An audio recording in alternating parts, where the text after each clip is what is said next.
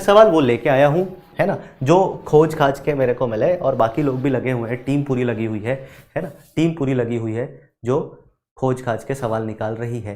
तो उनके हिसाब से जितने सवाल मेरे को मिले वो सारे डिस्कस कर रहा हूँ। ये आखिरी सवाल है। आखिरी सवाल की बात करें, पूछ रहा है electron present in 5th excited state of helium plus, atom moves to 1st excited state, find the number of possible spectral line.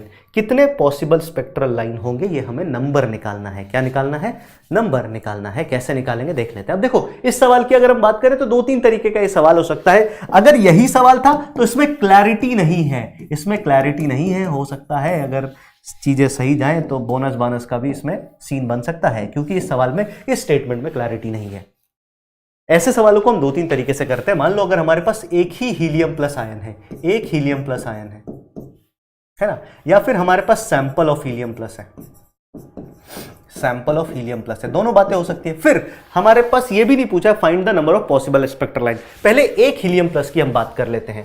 5th excited state का मतलब है n बराबर 6 से इलेक्ट्रॉन कहां आ रहा है, n बराबर 2 पे।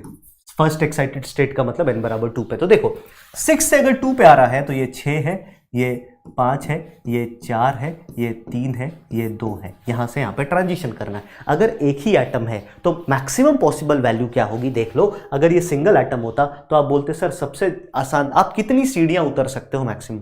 एक बार नीचे उतर गए तो ऊपर नहीं जा सकते, ये भी ध्यान रखना है, क्योंकि एक ही एटम है सर, नीचे आ गया तो ऊपर नहीं जाएगा। तो आप बोलोगे 1 2 3 4। अगर ये सिंगल एटम का सवाल होता तो इसका आंसर हो जाएगा 4।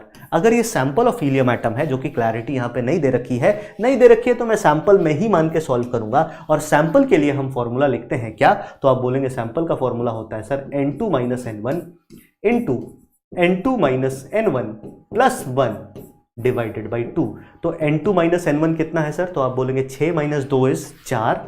फिर n2 - n1, 6 - 2 प्लस 1 इज 5, और इसको हम 2 से डिवाइड करेंगे। इस केस में आंसर 10 आ जाएगा। और क्योंकि कुछ मेंशन नहीं है तो मैं यही मान के चलता हूं, क्योंकि कुछ मेंशन नहीं है तो मैं यही मान के चलता हूं, यही सवाल आपसे पूछा गया होगा।